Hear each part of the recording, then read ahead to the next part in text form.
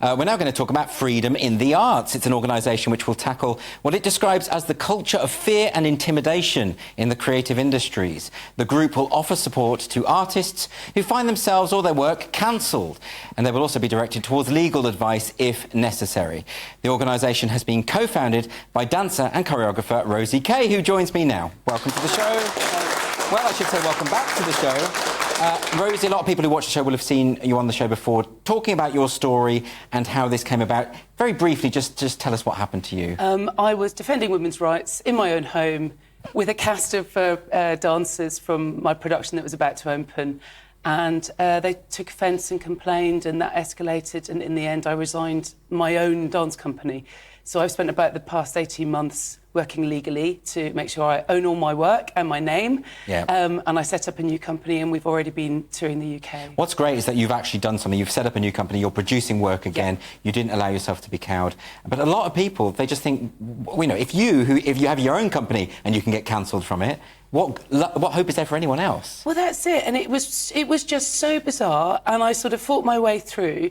But actually, because I've one of the few people that's spoken out in the arts and kind of stuck to, like, my own beliefs and, you know, my own sort of saying that this is important and this needs to be talked about, I became somewhat of, you know, a magnet for other people in the arts to come and talk to. And what I found out was horrific. And so I started to do, like, case studies and build sort of over, like, sort of 20, 30 people, and just felt I can't do this on my own anymore. I need some sort of umbrella organisation.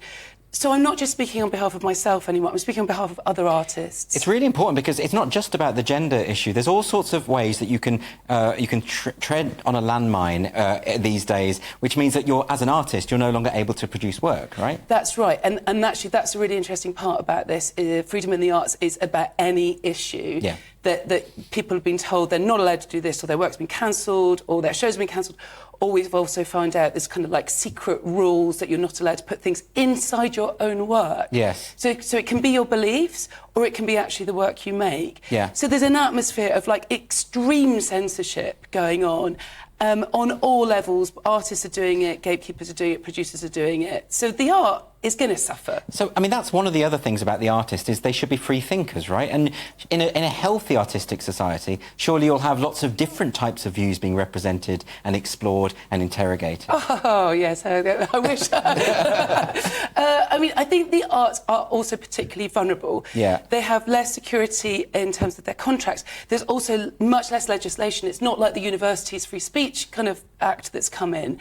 We don't have that. And actually, even the legislation around freedom of expression is unclear. We are allowed to shock, discuss and offend. Yes. But even under Article 10 of the European Convention, there are protections around national security or protections around morality. So it's really difficult, and people in the arts, artists and arts organisations, don't get any kind of legal training. Well, it's so difficult. It's not like a regular job where you go in 9 to 5 and, you know, if there's a dispute, then there's a tribunal, etc. In the arts, if you have an opinion that is considered unpopular or unfashionable, other people will say, well, we just won't put them on, or we just won't cast them, or we just won't commission them. And so there isn't really... Sometimes you could be cancelled without knowing it. Absolutely. There's a lot of ghosting that goes on. And I think, let's be honest, artists just don't really have the sensibilities to deal with that. I think most artists are very much concerned with what they're doing, and they're putting their heart and souls on stage to be judged by the public, but they're not even getting their work out there anymore. Yeah. That's not happening. And then you get to the idea of self-censorship, you know, because a lot of artists are thinking, well, if I do produce a piece that explores this sensitive issue, say, then it just won't get put on, I'll get a bad name, I won't be commissioned anymore. And you don't know what it is that's actually going to explode and become this massive risk. It could be actually anything. So I think that what I've discovered is that the arts are just a place of absolute fear. Fear and loathing is how one senior leader described it. And so that's censoring on all aspects and all levels, and it's very unpleasant. I mean, nobody's making lots of money doing this. No. They're doing it because they want to, and that's being destroyed. This all feels like it's happened very quickly, insofar as I remember works of art. I'll give an example. I saw a show by a dance company called DV8, who I'm sure you're familiar with, many years ago, called Can We Talk About This?, which was about homophobia within the Muslim community. That's a very sensitive, hot topic, but it did it really well. It was challenging, it was interesting, it was well-researched, brilliantly performed. I feel like something like that would struggle to get on today. Interesting, that's one of the case studies that Index on Censorship looked at, and Lloyd Newson actually signed a letter to support freedom in the arts. He's talked to me a lot about how that actually, I think, was a warning sign. That was very difficult for him to put that work on. Oh, was it? I didn't realise. And so I think that was sort of around that time. It's been building up for about 10 years. And then I think with everything that's happened, like you've talked about lots of different other organisations and industries have become captured.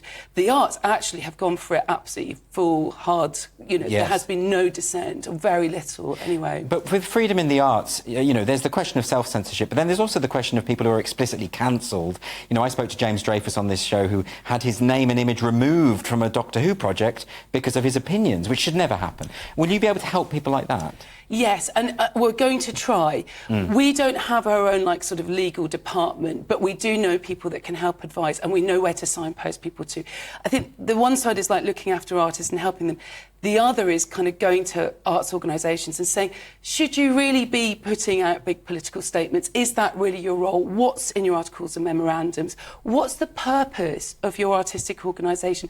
And if that is around excellence and freedom of expression, then you need to be robust in defending that. And finally, Rosie, do you have an optimistic view of where the arts will go in the future? Do you know, I do. I really do. And I think it's going to be around changing training so that those old-fashioned skills that are terribly unfashionable at the moment, those come back. I think there may be a renaissance after this. Once you shut it down, it can't help but explode again. Fantastic. Rosie Kay, thank you so much.